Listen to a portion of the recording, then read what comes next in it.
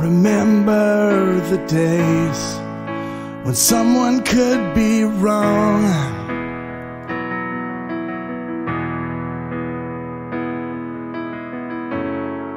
I remember the days when thinking out loud won't get you shot down.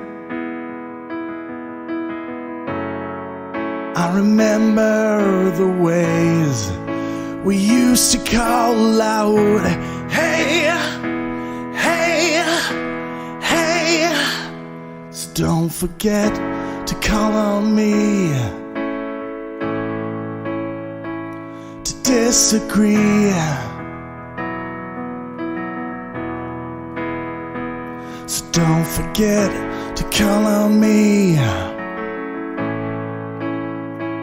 to disagree.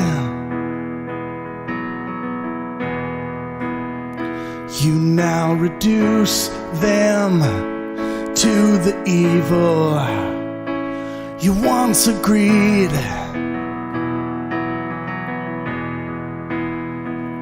You now reduce them to be silenced you once agreed. So don't forget to call on me to disagree. So don't forget to call on me, yeah, to disagree. Your ship is sailing on.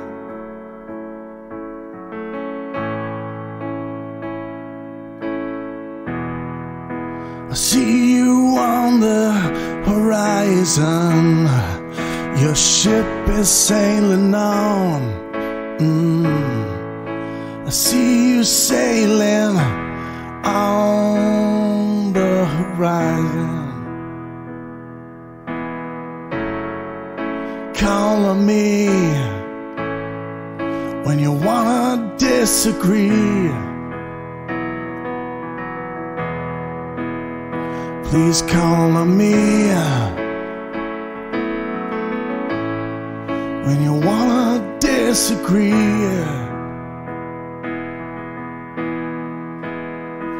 You now reduce them to be silenced you once agreed.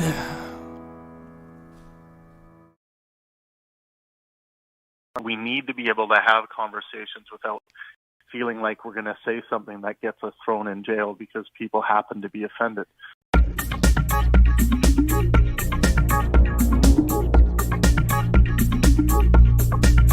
Skepticism.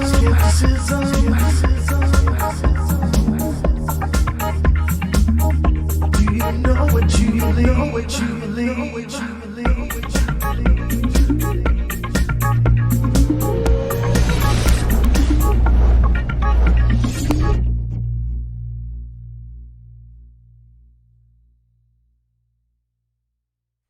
All right, guys, we are live. Welcome. When you get into the room, please hit the like button. I would really appreciate it. Today, we're trying something new. This is episode 1 of your skeptical analysis. So you have an opportunity to come into the room on Discord, and I want to do a skeptical analysis of individuals. We've built an amazing community in our Discord server, and I want to get to know individuals a little more and how their lives work, how they've been able to clarify their mind, and see where this goes. I'm actually really excited. Thanks, Chris. Yeah, if you guys can drop a like, that would be great. If you enjoy the content on this channel, please consider subscribing. I would love to have you. We do have a new channel as well where we do our daily live streams that are ran by our admins on Discord. So our daily conversations happen at the Pangburn Offensive. You just have to search the Pangburn Offensive. You'll find the new channel. Please subscribe over there and consider joining us for our daily philosophical and scientific conversations. Well, I want to get into the room and just see how this goes. I hope audio is all good, sounding good on your guys' end. Do let me know if there's an issue. But let's open the room. Hey, guys. Glad to see you all. Evening. Hey. How are you? I'm not hearing Dal if Dal's trying to speak. Oh, okay. Okay, so guys, this new segment, your skeptical analysis. I'm going to allow for us to have some commentary, but I want to kind of go one-on-one with one of you. I think I'll start with Killian today, Captain Jack. So Jack, I just want to get a little bit better understanding of your mind and how you clarify the world around you. So how do you determine what is going on in reality? What's going on in reality? I have a hard time with that sometimes. But for the most part, I feel like I've been through a few extremely lucid dreams, and I feel like when you come out of one of those, like you can feel like that you hit like a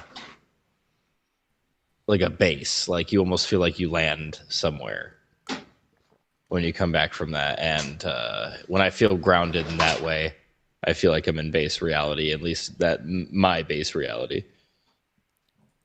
And what do you mean by base reality? The reality that I understand, that I perceive. Okay. Let's explore that a little more. So how do you determine whether you're perceiving reality or not? Generally, it's consensus. Okay. Generally, not in every single case, but like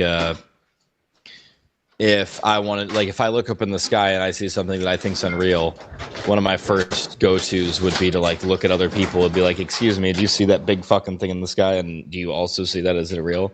And if several people around me also go, "Yes, I see that big thing in the sky," it just kind of generally guides me to believe that's part of a reality that's not just my own. Now, to clarify this a little bit, would you say scientific consensus is basically what you're talking about? Yeah, I would say so. Okay. All right. Well, that's great, I think. Let's move on to the difficult part. How you determine... It's getting a little windy. Hold on, I better turn off my mic in between questions. Yeah, no worries. So I want to know how you determine good from bad.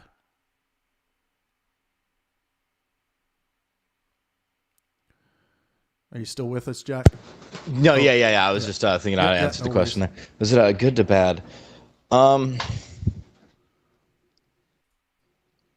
There's a certain area of gray for me that's kind of hard to get through. Like, if someone steals food for their family, that's not bad.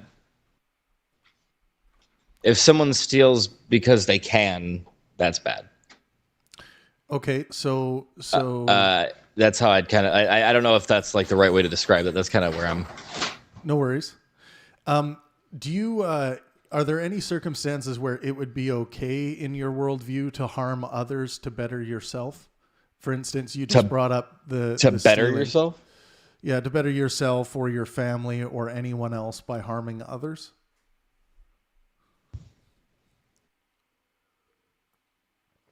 Not unless it was an intrinsic threat to me or the people around me's way of life or like livelihood or well-being. I don't think so. So like in a self-defense or defending others against, let's say, an armed. Well, yeah, like if somebody was just like, somebody who was like well known for having like a bunch of people with guns and they were like, "Oh, you pissed me off, so we're all gonna come and kill you." Like, I would definitely prepare to defend myself and kill those people because I know those people, and they all have a bunch of guns, and they've done this before. Right.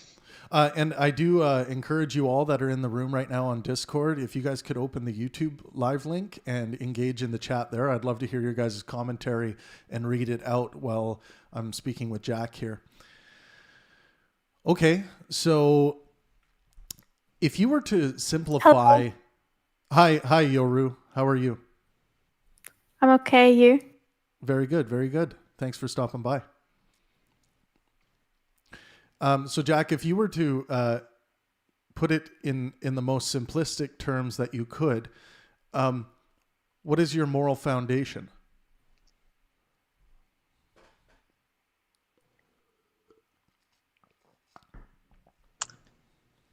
Make moral foundation. That's what I want to make everyone around me comfortable. Mm-hmm.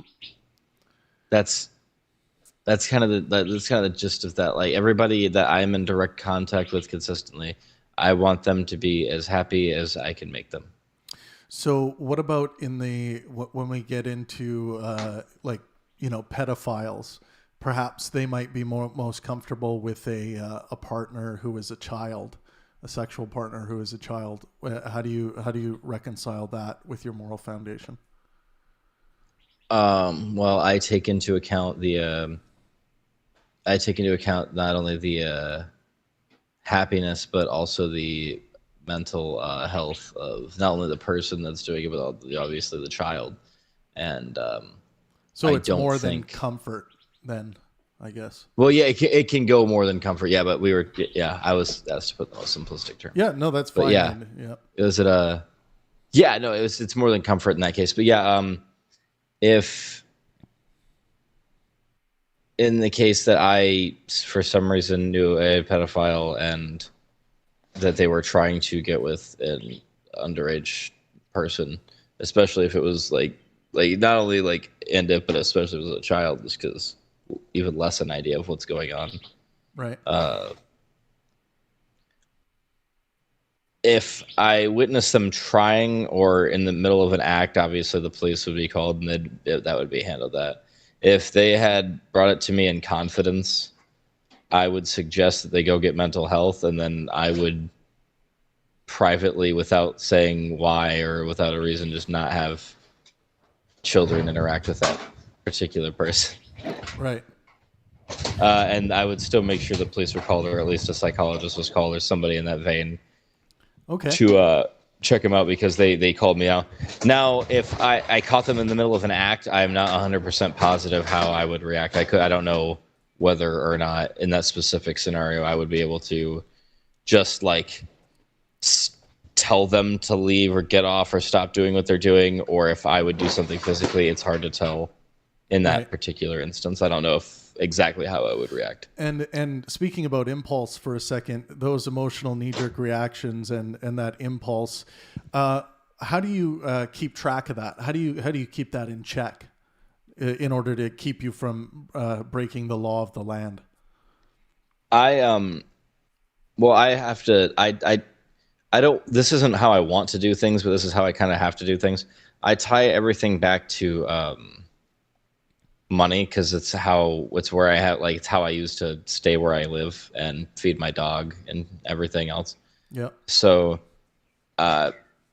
when somebody makes me upset to the point I want to use physical violence, I stop and I think, is this gonna stop me from being able to do my, like, to be able to make money in any way for my job, to keep me going so I can, feed myself and my dog and try to, like, get somewhere better? Because, like, there's plenty of times where I'm at work and I would very much like to get physical with the customers, being absolutely ridiculous, but, like, it would be so much better to not do that so I can keep making money. Yep. Okay. That I think there's a lot more to explore there, but let's move on to a different element of mind clarity. What inspires you? That's a hard question, because let's break it up. I'll help a little bit here. What inspires you artistically? Mostly music artistically. Out of I would say music. Cool. What kind of music? Yeah, alternative rock, rap, regular rock, classical, 90s alternative. If I didn't already say that, was it some opera? Very, very few though. I don't know too many. What is it about rap that appeals to you? Rap, I've been able to get into some rap in my time, but it's very few and far between the artists that I actually enjoy. Like I've really loved Notorious B.I.G., Eminem. I think Notorious B.I.G. would be my favorite. You know, I love it when they call me Big Papa. Put their hands in the air, a real true player. And I need some ladies tonight who gonna be having my baby. My baby. Was it rap to me is one of the few things, like if someone asked you to express yourself and you didn't have anything at all and you were just standing alone in a field, yeah, it's something you could do. Like it's something right. It's something that you could, right? Well, it's part of that. Like it's part of something that your being can do. It's part of something that you intrinsically can do because of a part of you or because of something that you are able to do. It doesn't come from anywhere else except from you. I mean, there's obviously influence, but like that where it, that conduit comes through you. You're an artist, aren't you? I am. I don't usually announce it or talk about it, but yeah, I am. Can you give me a little something? Yeah, sure.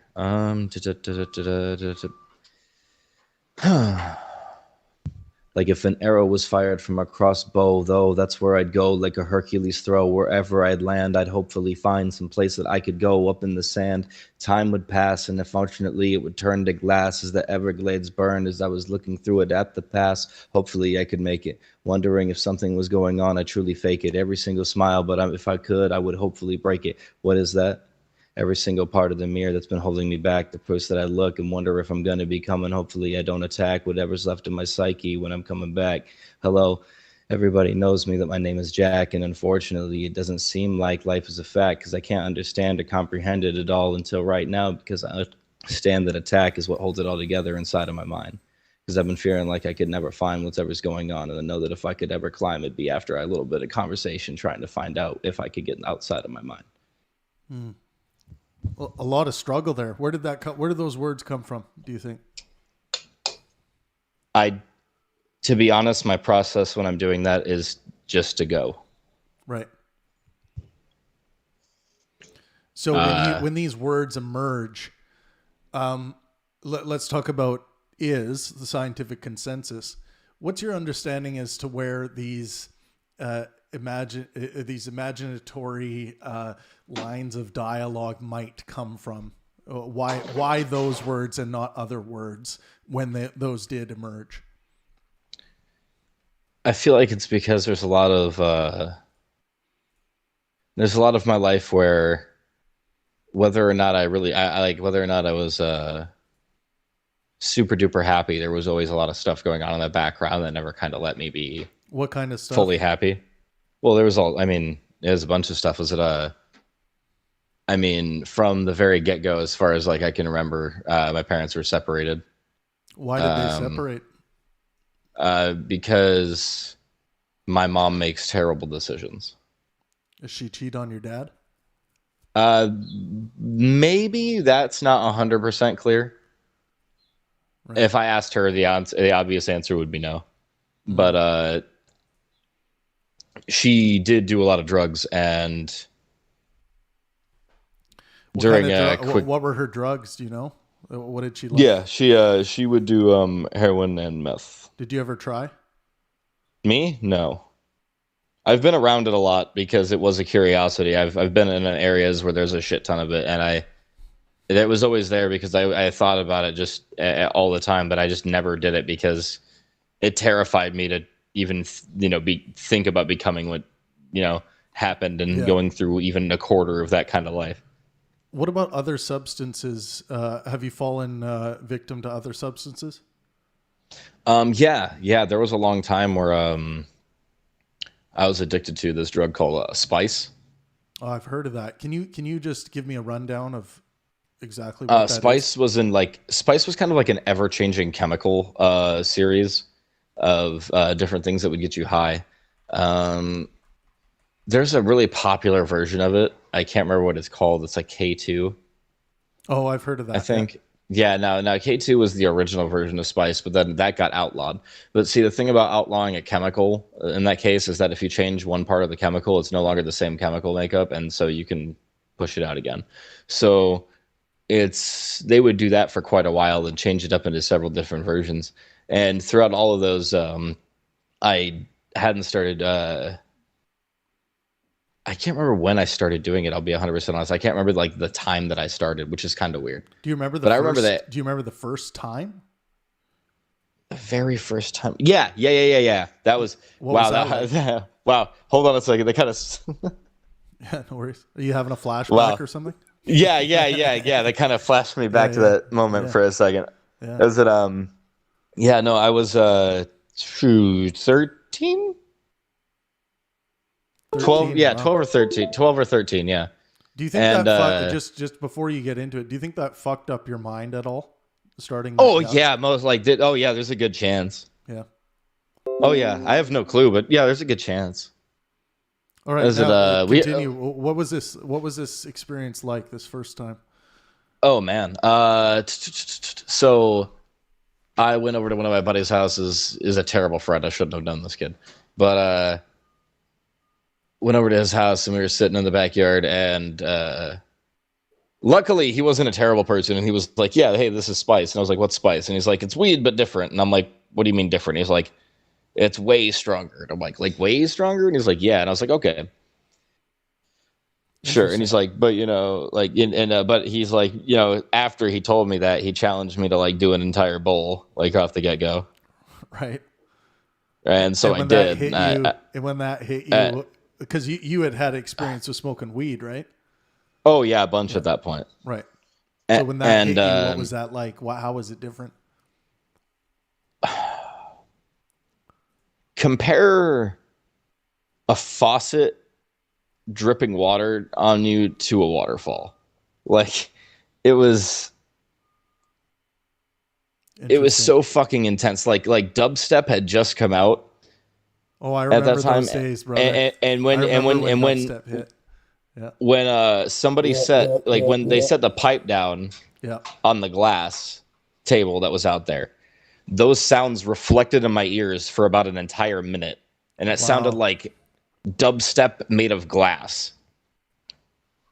And I won't forget it because I was terrified, because I'd never felt like that high in my entire life before.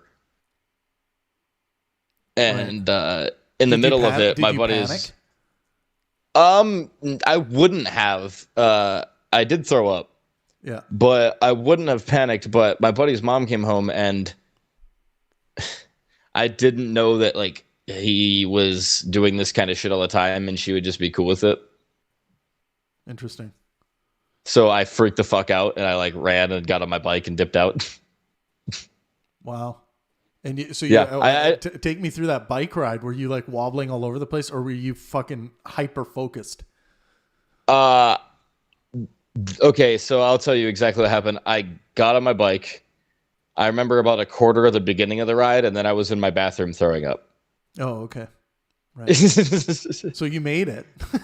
Oh no, I made it. Yeah, no, I made it home, and I was throwing up in the bathroom, and I was like, "What the fuck was that crazy shit?" That reminds me, one time, probably the drunkest I've ever been. I had brought my rollerblades up to the party. Like I rollerbladed to the party, and I had nice. I had to rollerblade home, and I went down the steepest hill, man, back in my hometown. I don't know how I survived that, but I remember like when I was going really fast down the hill, I just felt like I'm pretty sure that if I started flapping my arms, like I could take off and fly around. And this was just me drunk. So of course I've never tried anything outside of weed, because I'm like, if alcohol can do this to me. so then you got into using Spice more regularly. Yeah, no, after that, it was because I'd had another friend who had started using it, and a couple of my other friends who had just smoked weed had dabbled with it. Right. So like it was around a little bit. Mm-hmm. And the biggest deal about it honestly was that you could spend $5 and get like 2.5 grams. Oh, so it was cheap.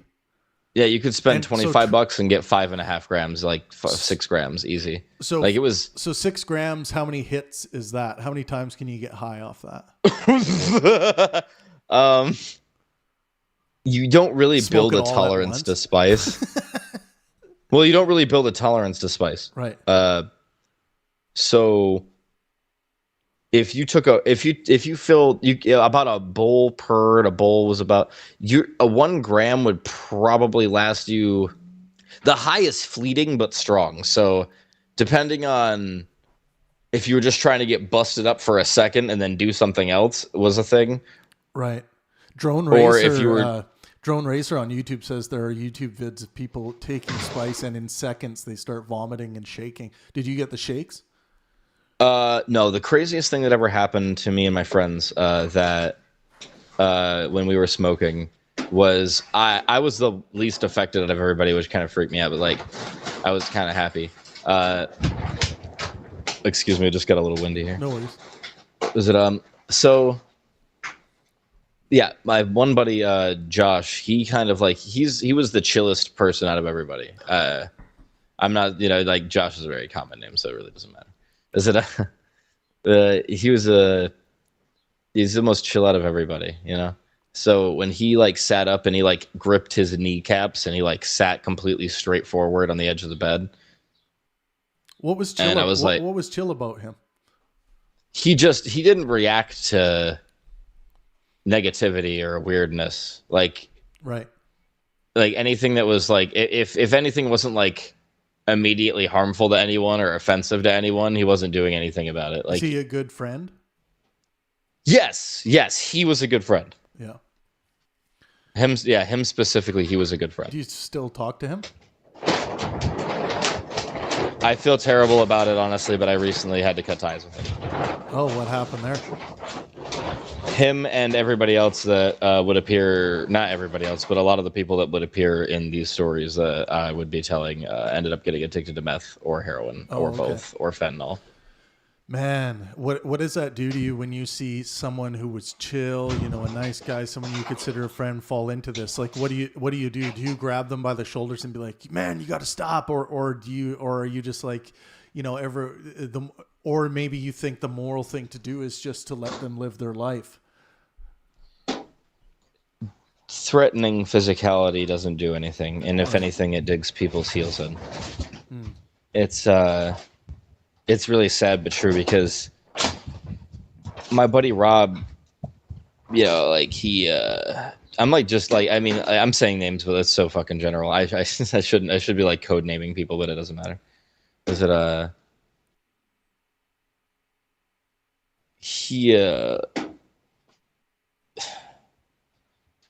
he was an incredibly cool cat, but when everybody got introduced to meth, he fell into it probably the hardest out of everybody.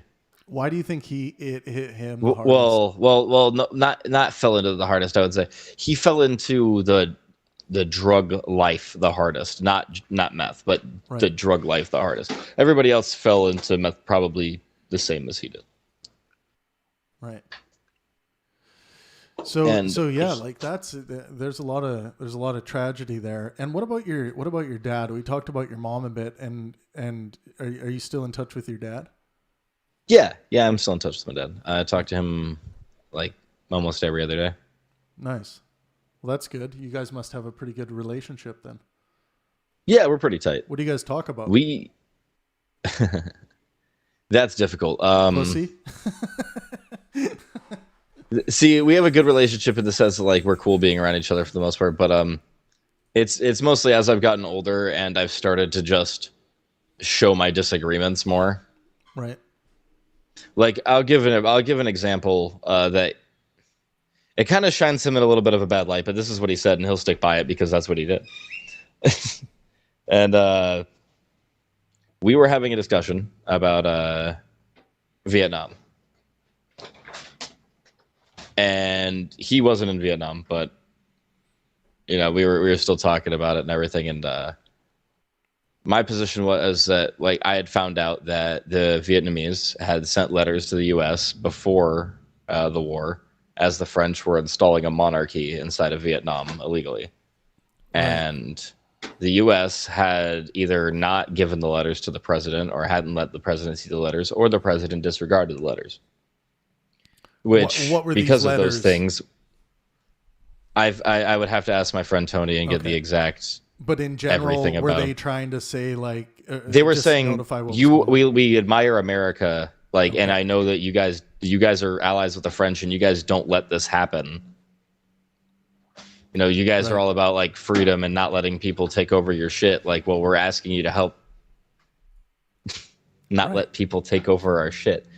And it didn't get answered for a long time. And because of that, there was eventual, like France was like, hey, we've got this problem in Vietnam. And America's like, oh, you're an ally of ours, so let's go. And how do I say? Because they went and everything that happened in Vietnam. Well, like, I don't think we should have been there in the first place. So yada yada yada, because of all this. Right. But the thing was, I said, let's say, like, let's just say, and this was the point in the argument. Let's just say, for argument's sake, right, that everything I said was 100% true. Just for the argument's sake, like, not in reality or anything else. Yep. And I was like, do you do you think that you should have still gone to war with them? And his literal answer was, burn them all. Burn them all. And do you think, and where do you think that feeling, or whether it's or where does that belief come from, do you think? The older generation. Or I guess that's a moral, yeah, I'm not 100%. I couldn't speak to it. I couldn't tell you, because he was in the military as well and all that. But, like, right. I couldn't get, I don't get the reasoning out of it, because that was just his answer. Right.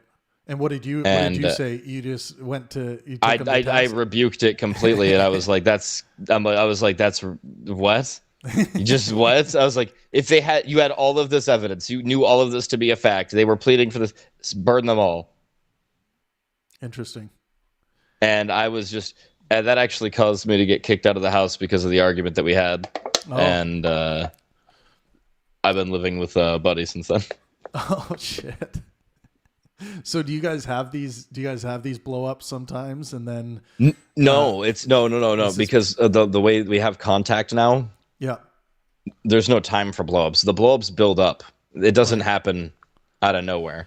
It's because he feels that there's, like, a need to challenge me on something at some point, or assert himself over me at some point. So because of that, we end up butting heads, or I just say something that he feels that he doesn't like or is stupid, and he needs to just tell me how stupid it is. Right.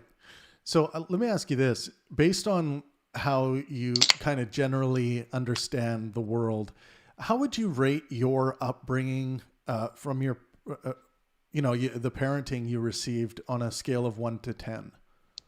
Can I split it between parents? Yeah, you can. Yeah. I'd say an 8 from my dad, just out of everything that he taught me, and a 6.5, 7 for my mom, because she had a lot of good intentions, and I know that she loves me to pieces, and she would do anything for her kids, but her addiction got in the way of literally everything. Yeah. Now, what about your mother now? Where is she at? What does her day-to-day look like? She's in Michigan. I think she is working as a bartender currently. Oh, okay. She's got a job. Yeah, I'm pretty sure she's got a job. She's got a place to live. She's got a car. She's actually been doing really good. And if everything is said, like, she's completely clean, which is super nice. Yeah, that's great. I'm probably gonna go visit her in a year or so when I get the capital to go there and back without a big deal. Right. Do they bug you about, when you're going to pop out a couple kids, or maybe you already have some? If I do have kids, nobody told me about them. Is it but I don't think I have any kids, and my idea, excuse me, my I have an interesting. I won't have my own kids if I can help it. I will adopt. Right. Why is that? Existence is really, really harsh, and it's not really fair to put that on somebody without them asking. And because I'm already here and I don't feel like pushing that on somebody else, I'll just help somebody else who didn't have anybody to guide them. So let's examine that a little bit. Would you say it's immoral to have children, biological children? Immoral to have biological children. To procreate? It's in a way, kind of. Actually, I mean, like, it's kind of not like. It's not directly immoral because the propagation of your species is incredibly important, but I mean, I don't want. Not, I personally don't want that burden upon myself.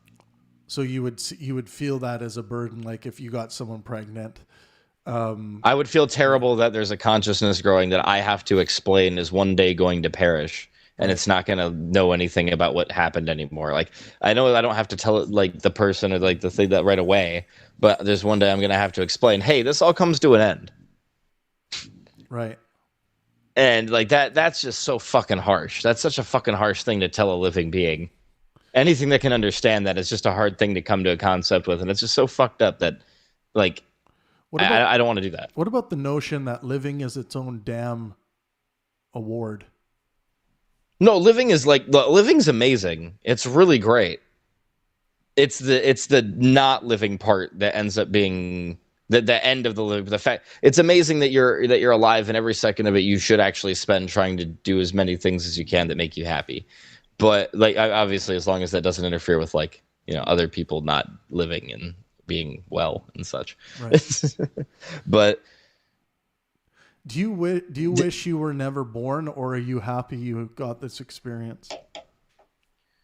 It's a conflicting view there, because never being born, I wouldn't know anything, so I wouldn't want to never not be born. You know what I'm saying? And, like, so that gets kind of confusing. But then, like, I don't know. I think that being here is incredible. Like not only technically, but, like, just looking at it, being here is incredible. Right. But it kind of there's so many things that, based on what time you were born, when you were born, how you were born, like, all these, like, mitigating factors that lead to, like, what you feel like you can contribute to everything. Mm-hmm. And it's hard to measure self-worth in anything when,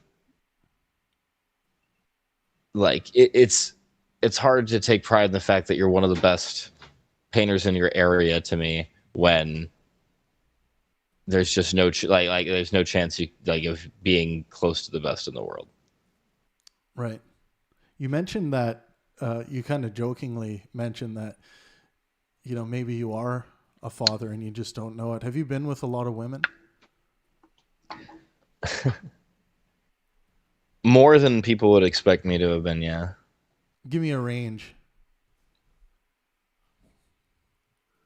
Like, some, like, just maybe like a baker's dozen after 50, if, like, maybe. Yep. Interesting. So out of all those women, do you remember them all? Do they hold a special place in your heart, or were those? I remember most of them. Yeah. Okay. Hello there, mate. Most of them, yeah. Hey, Olaf. Yeah, we can hear you. How you doing, mate? Good. How are you? I'm pretty fine, thank you. Thanks for stopping by. Yeah, I think it's a very interesting topic you're speaking about here. Cool. Yeah. Well, I'm gonna keep going with Jack Killian here. If you can keep yourself muted, and I'll get some. I'll do that, mate. All right. Awesome. Thank you. So there were some special women. What's your longest relationship? Year and a half. And how do you feel about that? Like, do you wonder why you haven't been able to sustain something longer, or do you care? Hey, it's more along the lines. Oh, go ahead. I'm just gonna give Olaf a server mute. He's just interrupting. Oh, okay. Is it it's ask the question again? Sorry. What do you think about the fact that you haven't been able to maintain a longer relationship? What are the reasons for that? Is it because you just don't want one, or? Well, okay, so the year and a half long one was when I started when I was 17. And no, it was when I was 16. Oh, so you were young for that long one? Yeah, and I ruined something good for a potential. And that was a mistake, but I don't regret having the experience. That taught me a lot. Right. Do you still have feelings for that first one? For the one before? Like your long relationship. Oh, the long one? The same way you have feelings for somebody that you just like, you know that it's like it's completely done. Right. Like right. I care about them and I hope they really, really do well in life, and I don't wish any ill upon them, but as far as like I don't know who they are. You know what I mean? There's no way for me to say that I love them. I haven't seen them in like 6-7 years. Right. Like there's no way to like I still love them. I don't know who they are. Right. Do you have this kind of picture of what they might be doing and how they might be? Or have you not thought about them? Recent yeah. It comes and goes. A lot of the times it'll come when I like see somebody that I don't really know do something that they would do. Yeah, I get that. Like I would just fucking like just instantly be like, son of a bitch. And then she's in my head for a minute. I'm like, son. And then I wasn't thinking about it for a long while, but it used to be an everyday thing for a long time that I was just like, I'd wake up, go like brush my teeth, fucking start to watch TV and be like, I wonder what, no. And do you yearn to have like a long-term partner eventually? Yes. Yeah. And are you in the process of trying to find someone right now? Yes. Yeah. I'm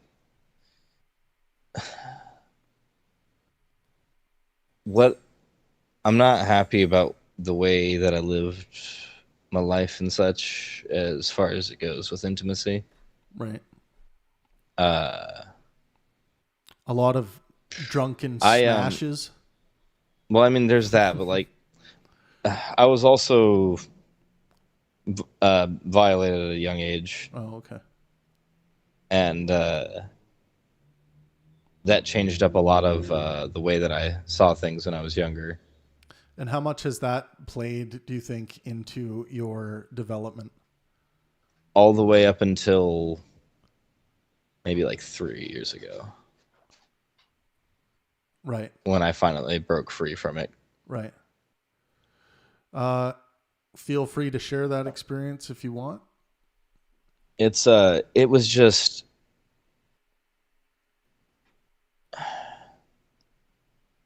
I had a requirement for intimacy after a while. It was such a requirement, like my love language in this case was touch. So let's see, if I ever had a partner, the only way that I would know that they cared about me is if they were constantly touching me or doing something sexual with me. Right. If they weren't doing that, I had no clue how they felt about me. Even if they gave me words of affirmation, like, no, I love you, or I care about you, or you're the best, or whatever. That would mean nothing to me if they didn't want to come, like, hold me or, hug me in the moment. Like, it would mean shit. Now, was the person who violated you held accountable? No. You decided later on, when you came to realize what was going on, you decided not to bring it to the attention of the authorities. I had a conversation with that person. Yeah. And I looked them in the eyes, and they broke down crying to me. Right. And I had the ability, if I wanted to beat the absolute shit out of them. Right. And it, like, I almost, like, it was so powerful. Do you still know this person?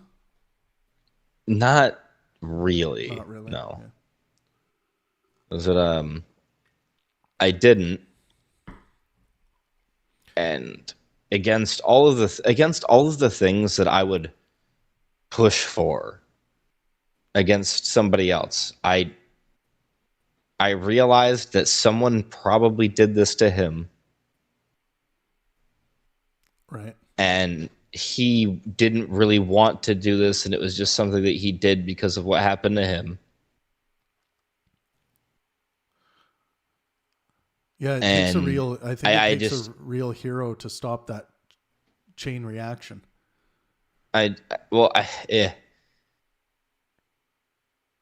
What would come out of it if I told him? Because if I said anything at was first, it wouldn't even matter. My dad would have instantly obliterated him. Right. Like it wouldn't have been out of my mouth before it happened. When you start talking about that, like your dad would have absolutely obliterated. I noticed this levity, this like kind of this joy emerge in you. Do you feel joy to imagine that? To know that he would have done that for me. Right. Not the actual act of killing him. Right.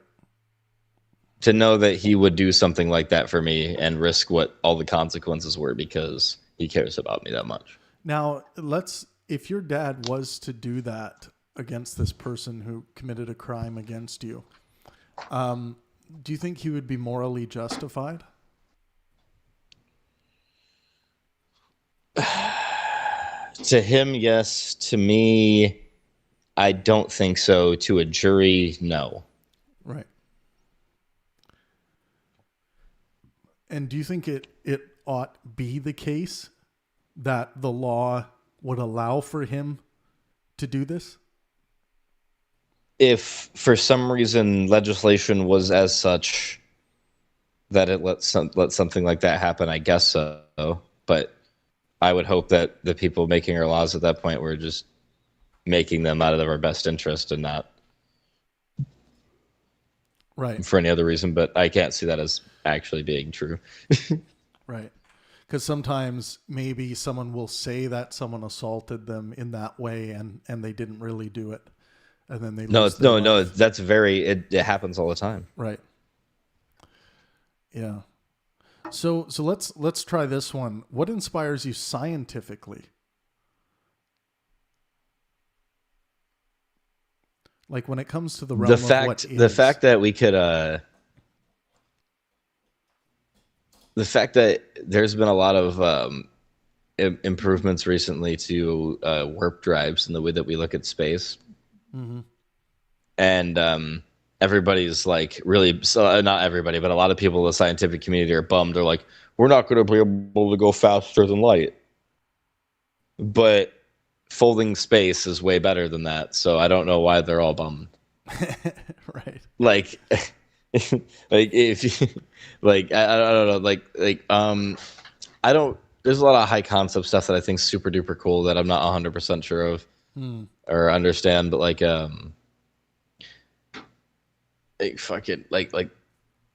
scientifically inspires me? Basically about what is going on in reality. What inspires you?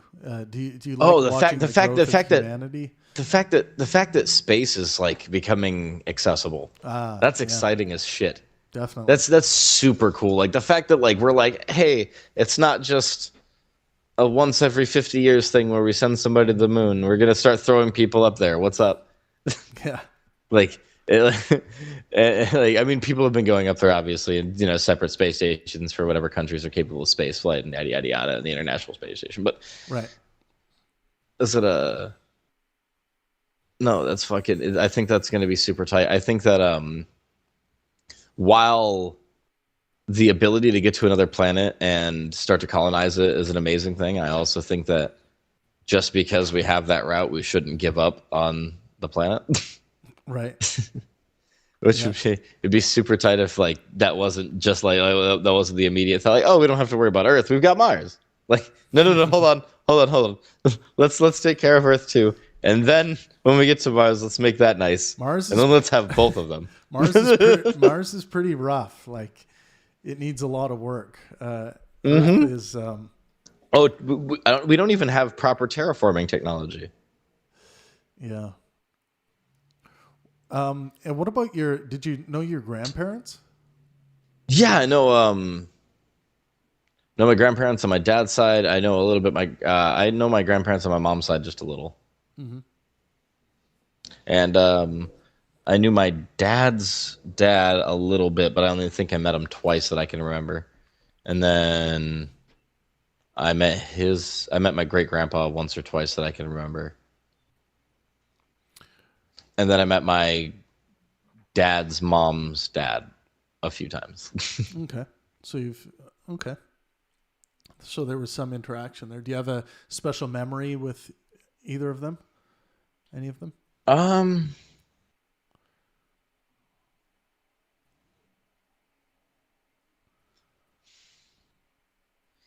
Yeah. Hard to think of. Not really. Right. And I mean, like the most special memory I probably have of my my dad's dad is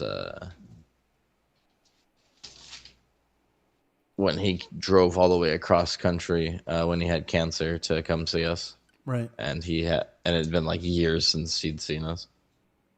Cancer. And so I think that was his most special. I think that was like my most special memory of him. Did cancer take his life?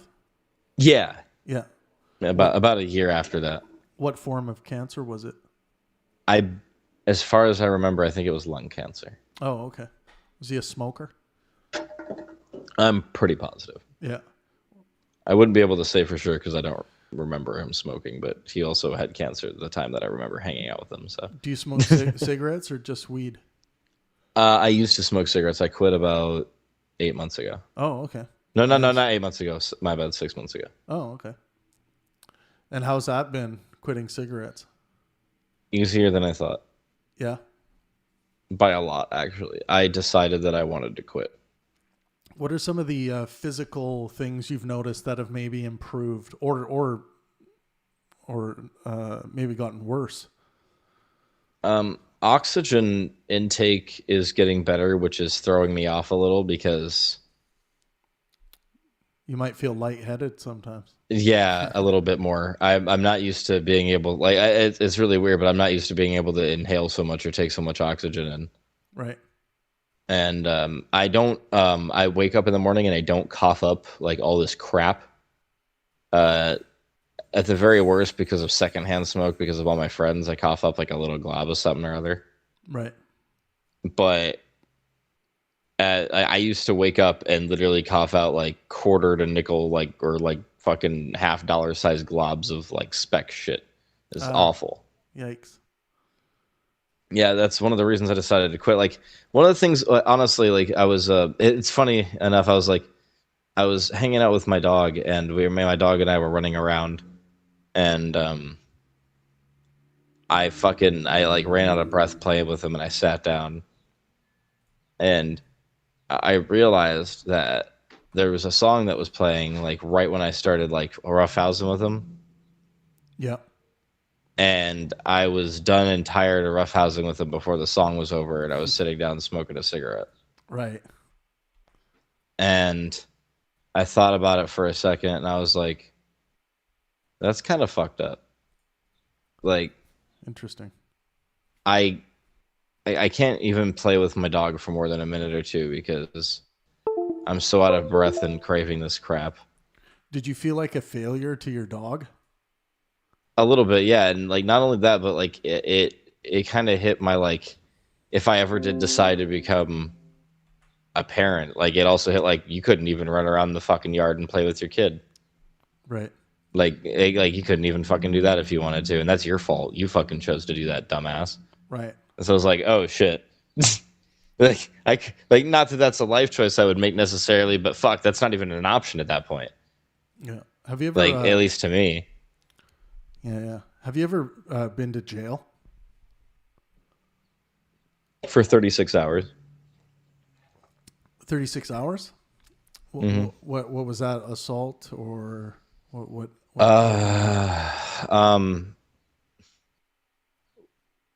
Technically it was me wanting some pussy on my birthday.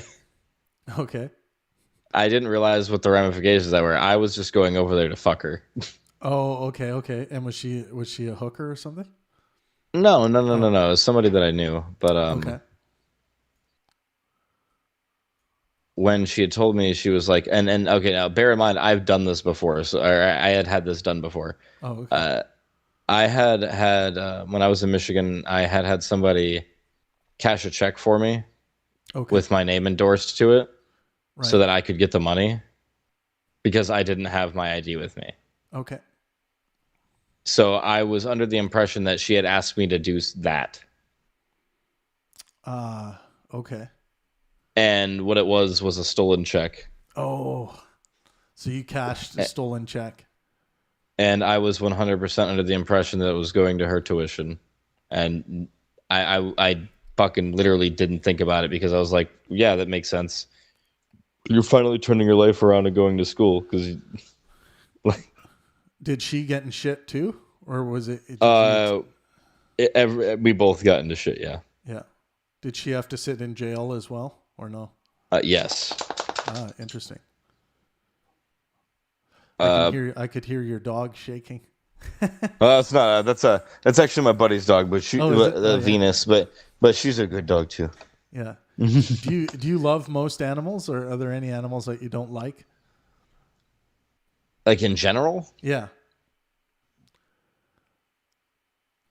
Do you like cats? Yeah. Cats are honestly like I like cats better than dogs. Oh, interesting. But I have a dog instead of a cat. And the reason, like, honestly, I just wanted like a big like love bug, which is what my dog is. But I've kind of realized like it's very cynically like what a dog is, and dog is just like a creature that's like, oh no, I don't think you understand. I do all of the shit that you think is cool, so you stop and pay attention and love me.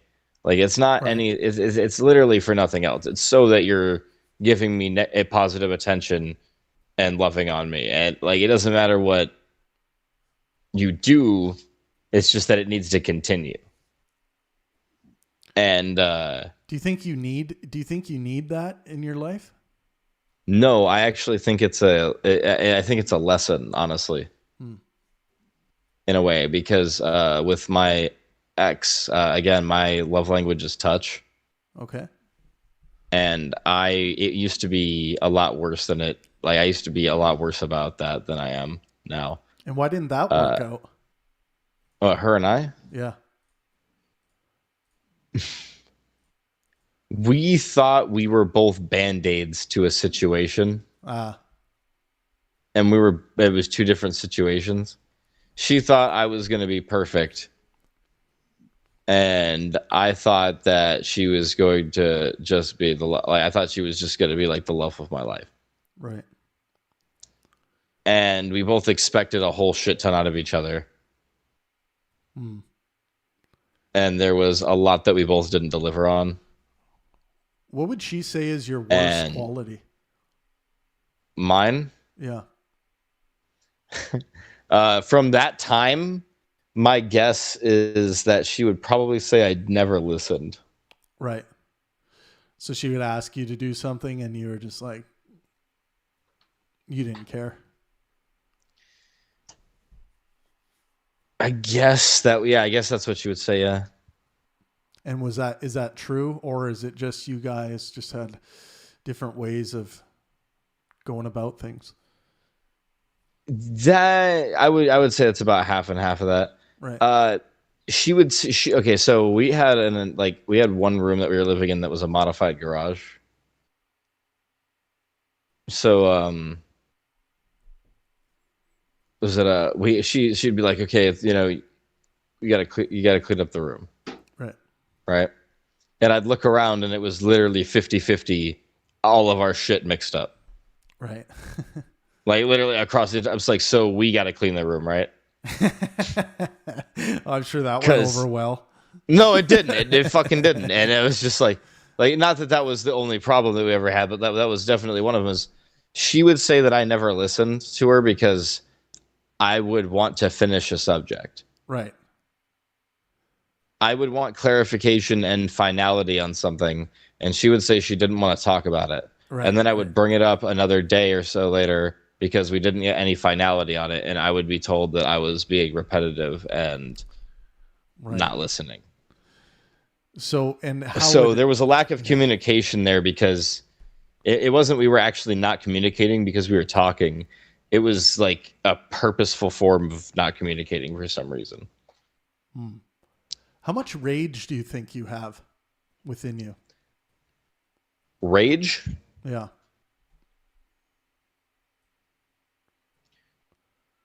I've turned it all into sadness. That's kind of it. It's almost like the rage. You've kind of given up on the rage, and that turned into sadness. Is that kind of? There's no point. All the rage in the world can't fix anything.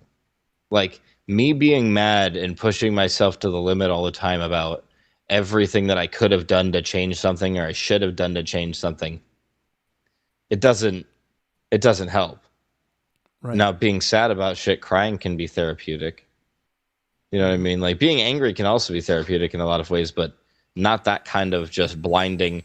I'm so fucking upset about everything. And the possibility of hurting people or fucking losing control at somebody or somebody because they said something stupid in your mind at the time. Like it's just, it's not worth any of that. Yeah.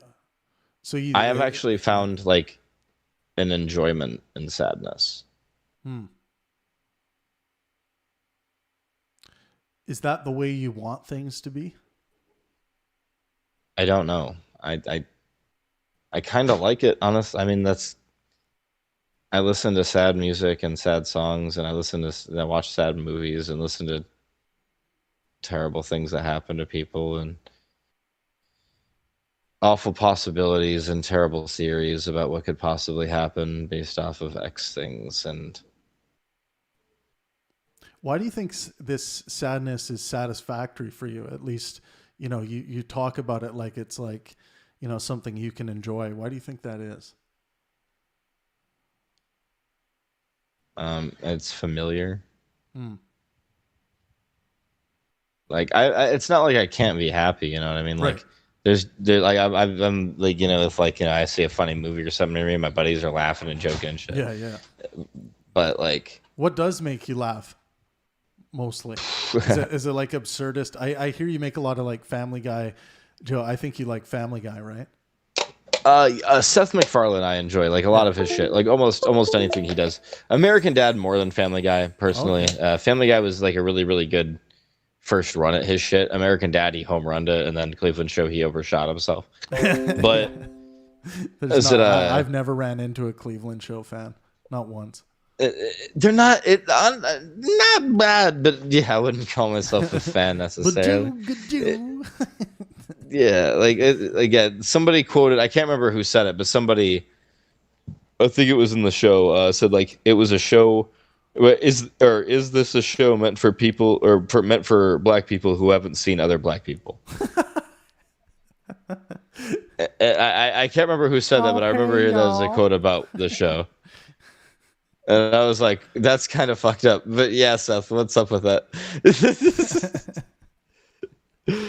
But yeah, a lot of that absurdist humor is really tight. Was it I think if you can find the right context for almost anything, it can be funny.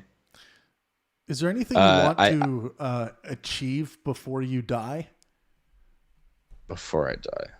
Like, is there anything, like when you think of, do you have this idea of wanting to be a hero in some way in your life?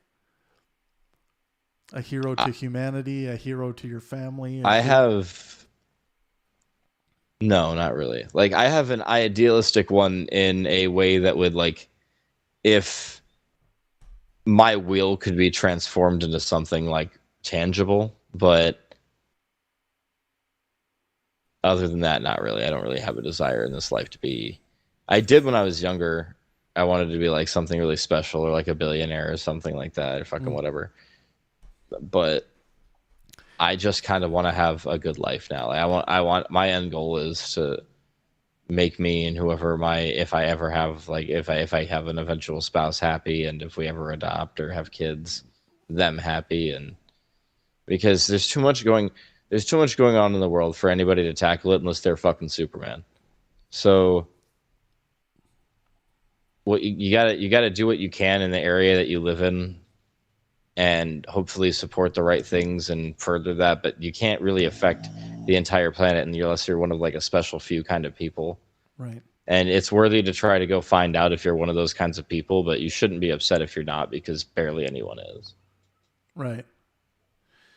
What's the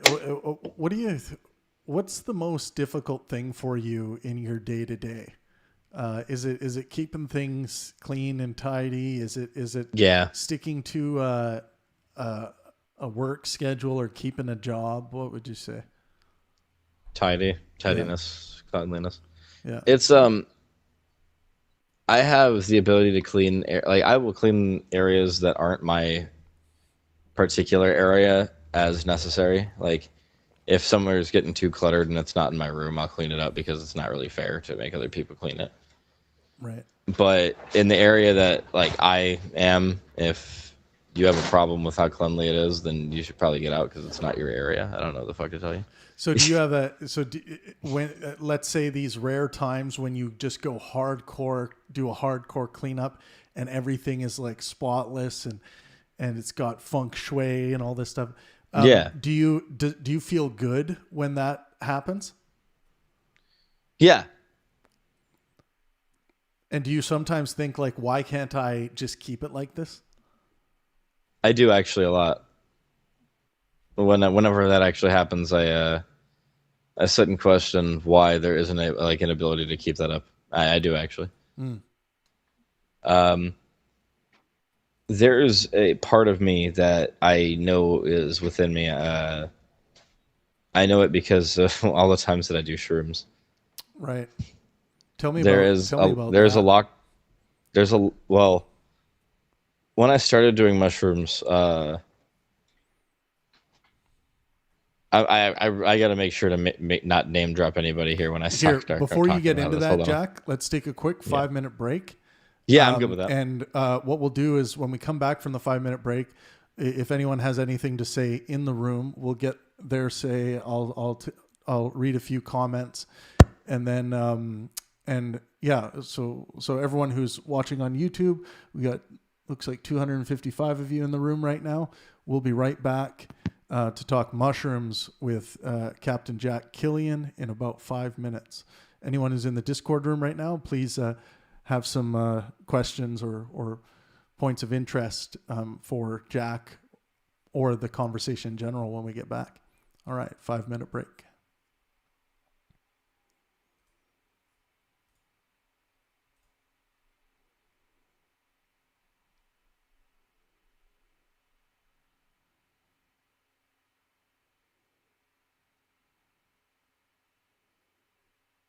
We need to be able to have conversations without feeling like we're going to say something that gets us thrown in jail because people happen to be offended.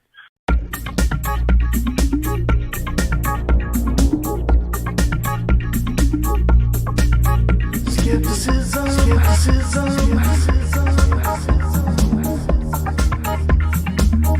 Do you know what you believe?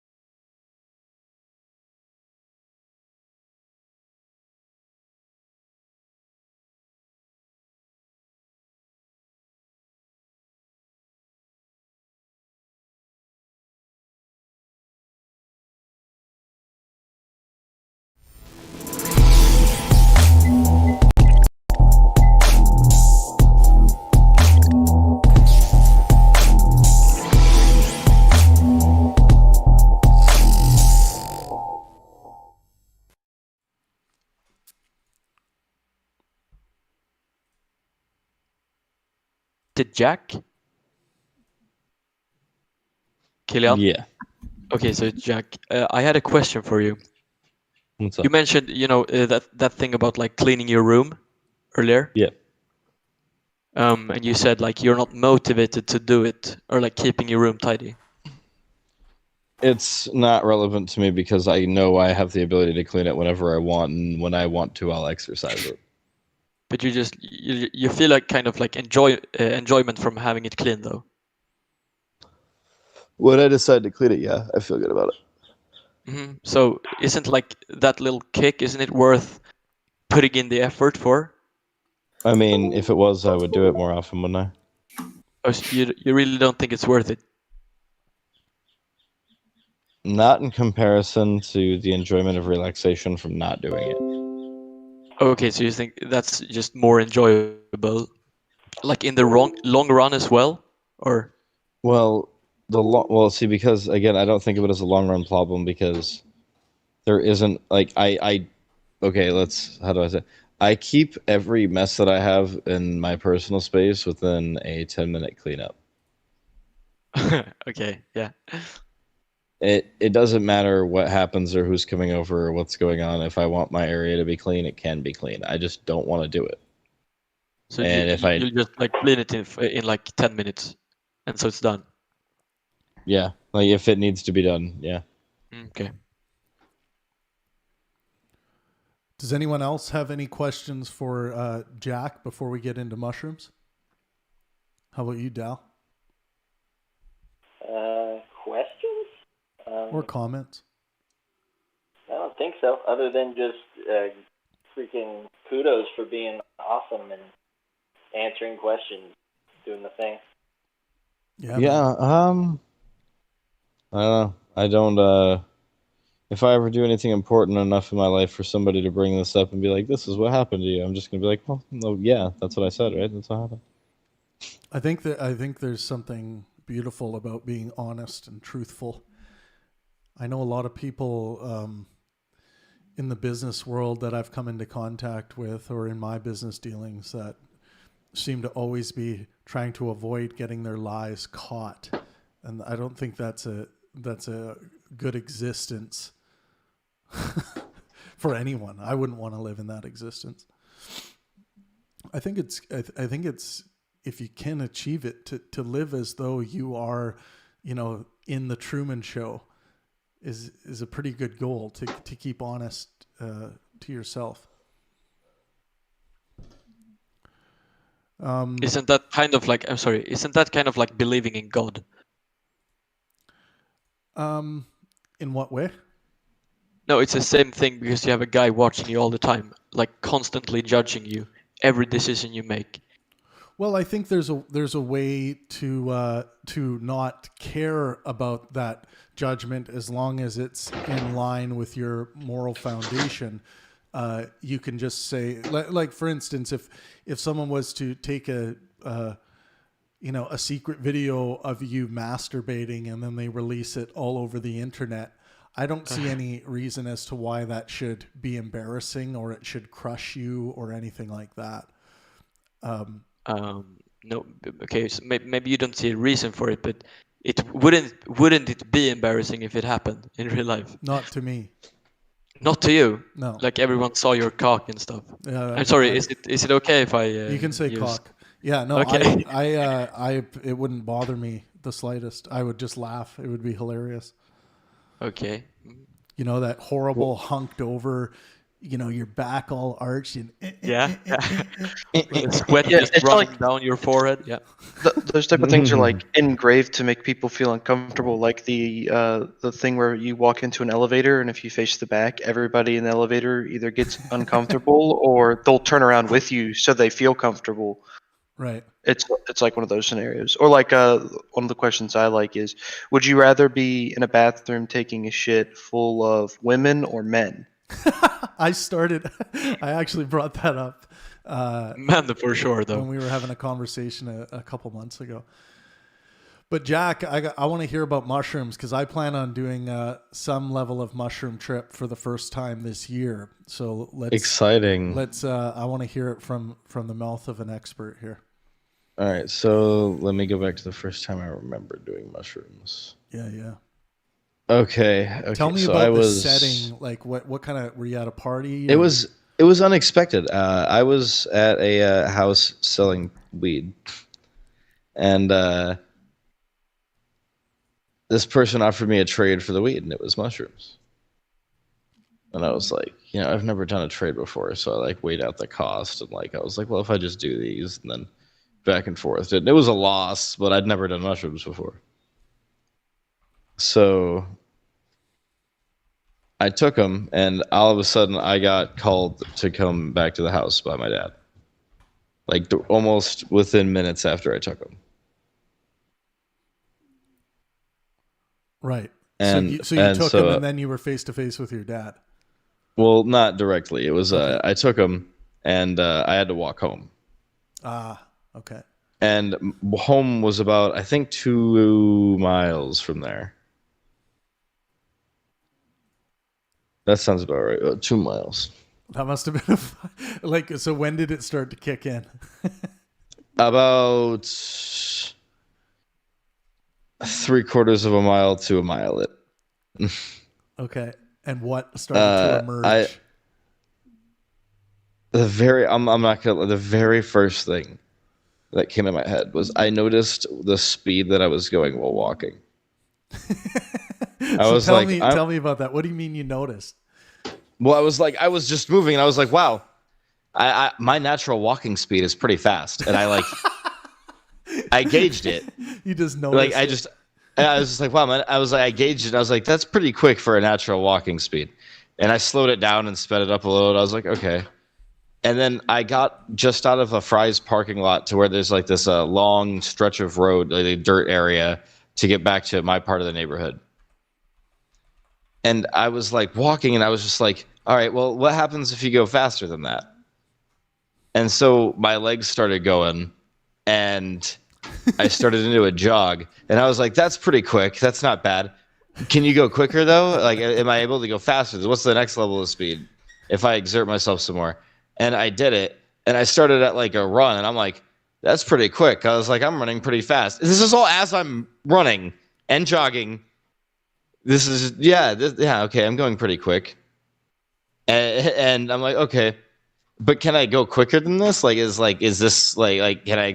And I found out that wasn't true, and I started sprinting, just like at all out speed, like as fast as I had ever probably actually run at most. Wow. And I was like, okay. Did you kind of feel like limitless in that?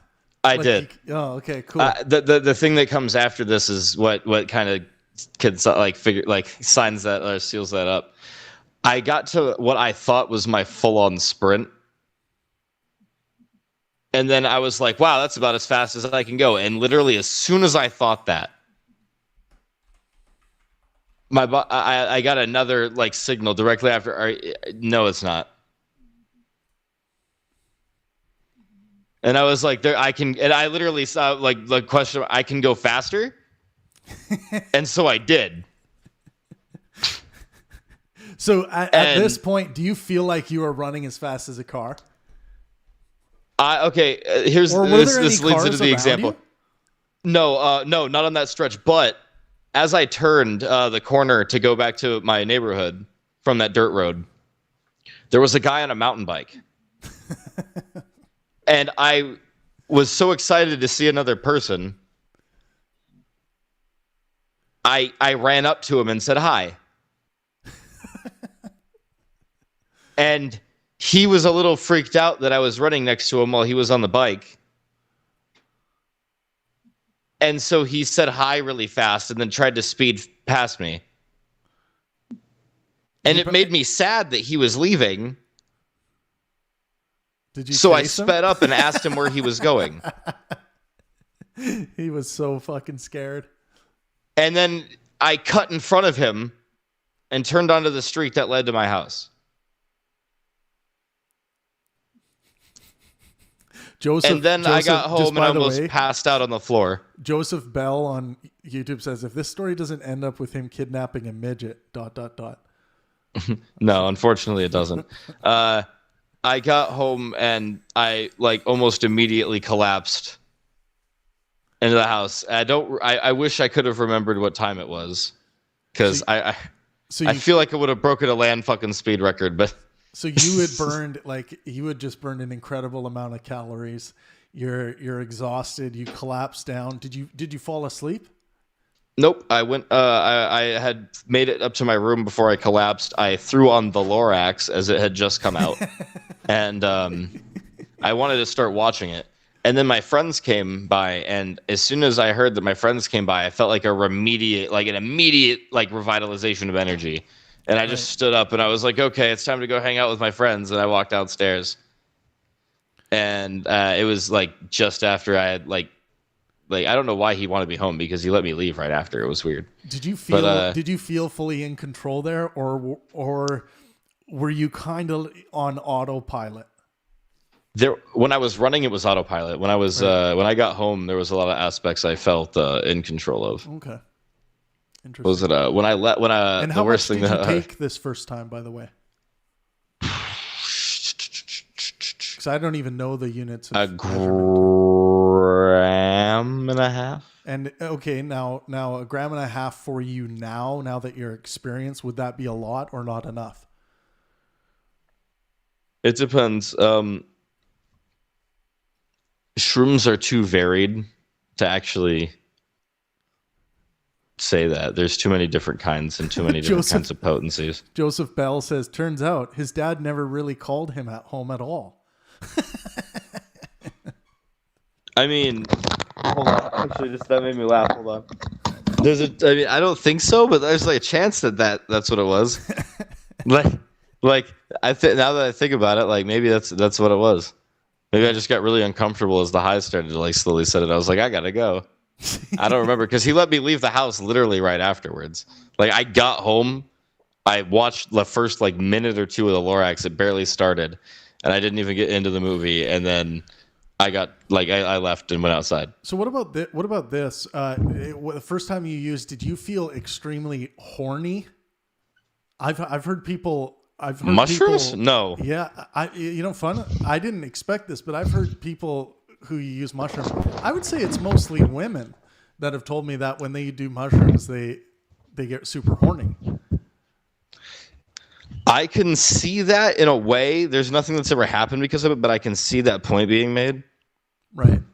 I want to bring Dal in quickly. Dal, I know you've had experience with mushrooms. Dal, have you heard of this? People getting horny off mushrooms? Yeah, it's more of a it's not a thing that just kind of happens. Like there has to be some sort of stimulus, as far as I can tell. Like maybe if you think dirty thoughts, you could get there after enough time. And then it just takes over. Well, even then, it's not an animalistic horniness. Like when you're a male that's going about doing your normal male thing, that you end up almost. It feels like the instincts around sex are shut off, but you still have that desire, and so you're looking at this other person with this desire rather than having this feeling of macho sex man. Right, yeah. And so yeah, go ahead. The desire becomes a lot less carnal and a lot more spiritual. You don't want to fuck somebody because it would feel good on your dick. You want to fuck somebody because you want to feel if their soul feels good against yours. Okay. Interesting. Okay, so you're passed out, you're exhausted. Your friends come over, you get this rejuvenation of energy, and then what? What do you and your friends go do? Oh, we started to walk to the park, and nice. I would think going to the park would be fun while on mushrooms. Well, I told my buddies that I was on mushrooms, and they're like, "Oh yeah, that's pretty dope." And we were walking to the park, and then they fell back behind me, and I didn't know where they were. And I turned around, and they were like 15 yards away from me, and they were doing like a zombie walk at me and making zombie noises. See, I used to do that shit to my friends I stopped. When they were high. I stopped and I looked at them, And obviously the first reaction was, wow, those are some fucking zombies. And then the second reaction was, no, retard, those aren't zombies. Those are your friends being stupid. And I was like, oh yeah, hey, you guys are dicks. So there was a moment. So there was a moment where you were tricked. Oh yeah, for a very brief second, I was confused enough to think that there was zombies. You were like, for oh, what's happening? Very Wait confused. a second. Yeah. Just like yeah, and I was like, oh shit, oh no, those assholes. See, I want to experience something like that where my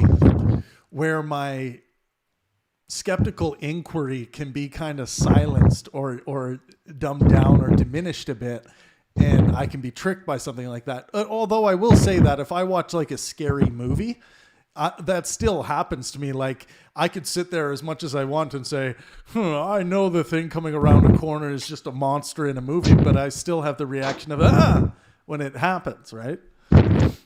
Right.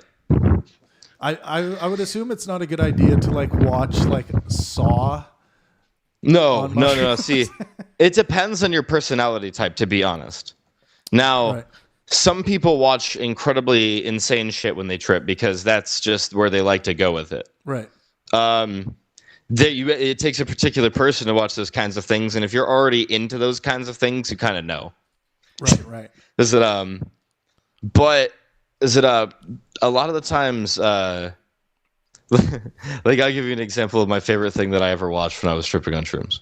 Now, to give you guys a view like into what my shroom journey was for a long time, it started off as like, an eighth here, an eighth there, or like a quarter here or there, to like I was doing an eighth or a quarter every 2 days for like 3 months, or not 3 months, for like 2.5 months. Like every day or every other day. Oh, wow. And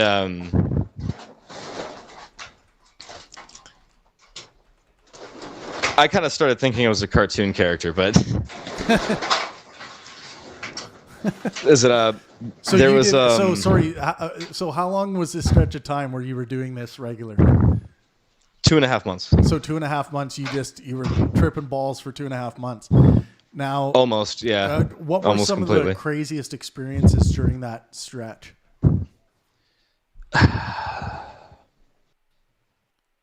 Or can you think of one that was just like one that maybe scared you? There was. I think of this one. It's about my ex. Not really my ex, this girl that I used to hang out with. I don't know how she'd want me to describe it. She's passed now. Oh, okay. What happened? I don't know. Her family won't tell me. Oh, rough. They said it was alcohol, but they didn't give me a description of anything other than that. Oh. So I was tripping balls on mushrooms, and she usually worked a night shift. So when she came over, she wanted to sleep during the day.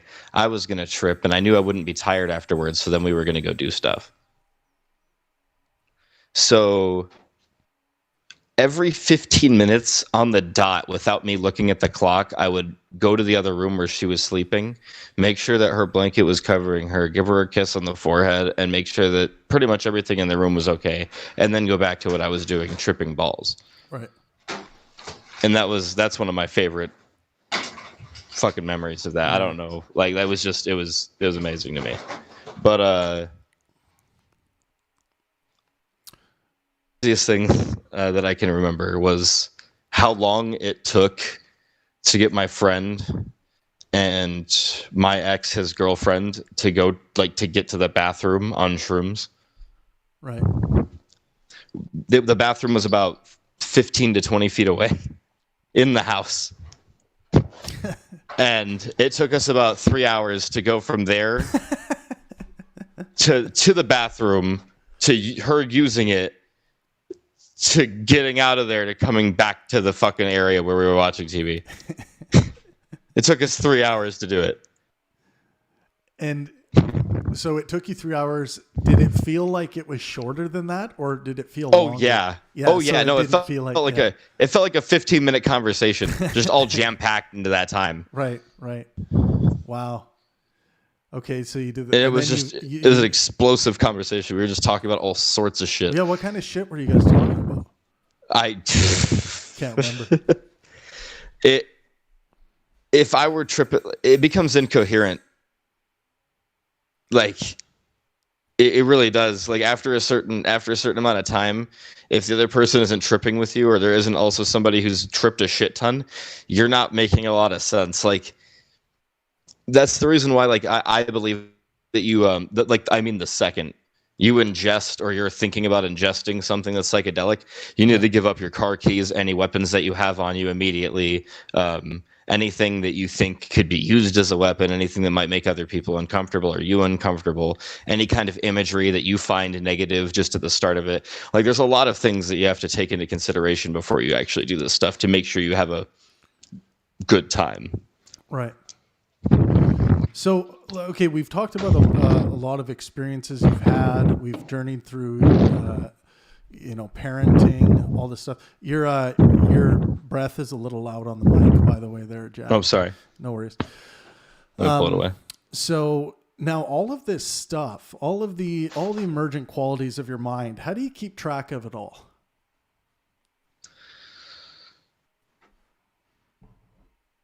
Keep track of it all. I don't think I understand that. Like all of this stuff that emerges, how do you know what to do with this stuff? Because sometimes you will have, let's say maybe some rage or anger pop up. What mechanism do you use to control that? Or even the good stuff? What mechanism do you use to make sure that you notice the good and move towards the good?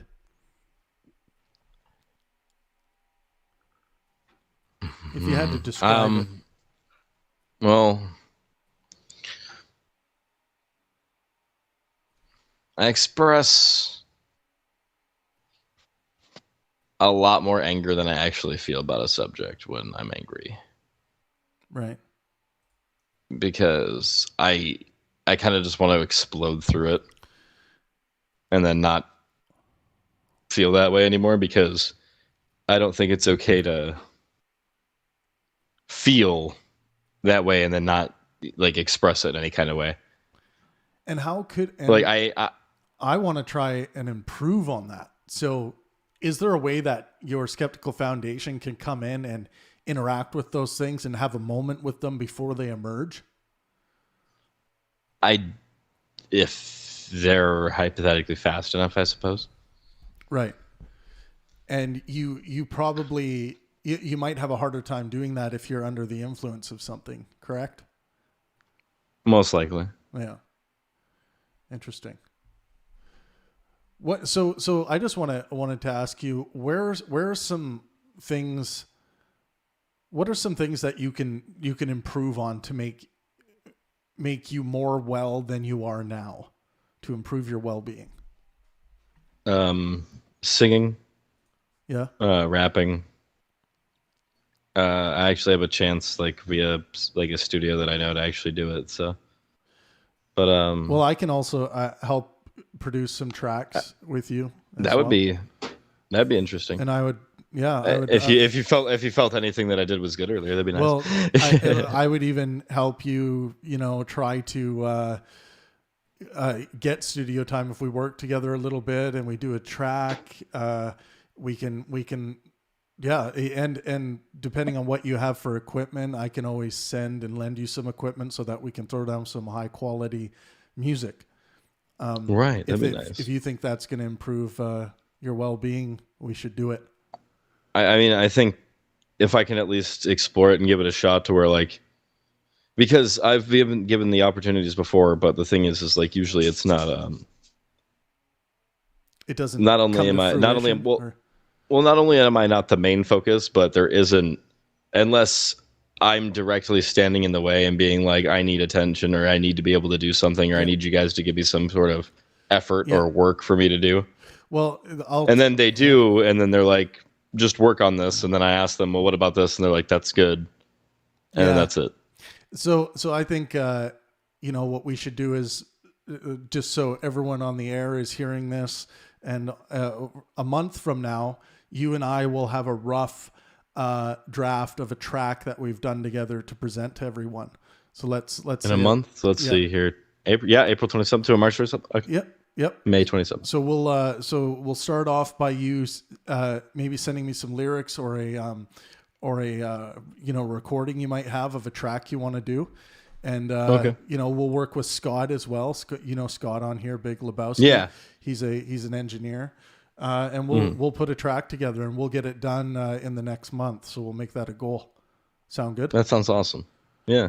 Right on, man. Well, what we'll do is we'll do a recap in a month or so, get you back on the analysis again, and then we'll present the track, what we've worked on, and then we'll talk about, the well-being derived from going through this process. So I look forward to doing that.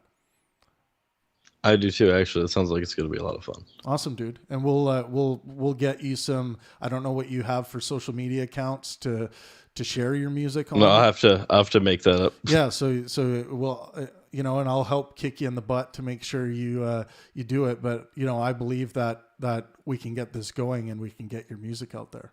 So let's work on it together. Wow, I'd appreciate that a lot. Awesome. Well, thanks, Jack. What I want to do is, guys, we'll go to the after show chat in Trav's Tav. So Trav's Tav is our Discord tavern. You guys will see it at the bottom of the voice chat channels. We'll go into Trav's Tav, and you guys can, hopefully Jack can stick around and you guys can ask him some questions. For those of you on YouTube, please join us there. But everyone who is listening in the Discord chat here, and especially Jack, thanks a lot for engaging in the skeptical analysis today. Thanks, brother. Yeah, no problem, man. And I really enjoyed it. You should know I really do love you, and I want to help improve your well-being. So let's do it.